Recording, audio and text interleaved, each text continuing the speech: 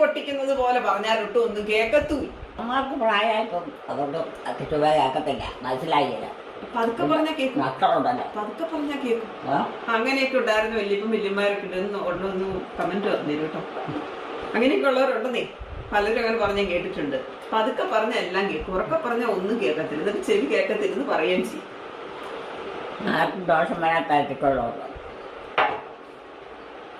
എന്നിട്ട് മൊത്തം ദോഷമാണ് കേട്ടാ, മൊത്തം ദോഷ. ആർക്കും ദോഷം വരാത്ത രീതിയിൽ കൂടെ നോക്കണം എന്ന് പറഞ്ഞ് എല്ലാം മൊത്തത്തിൽ ദോഷമായിട്ട് കിടക്കുക കേട്ടോ. എലിക്കുട്ടിയമ്മ എനിക്കറിയത്തില്ല, ആരങ്ങനെ പറഞ്ഞ? ഞാനാ പറഞ്ഞു.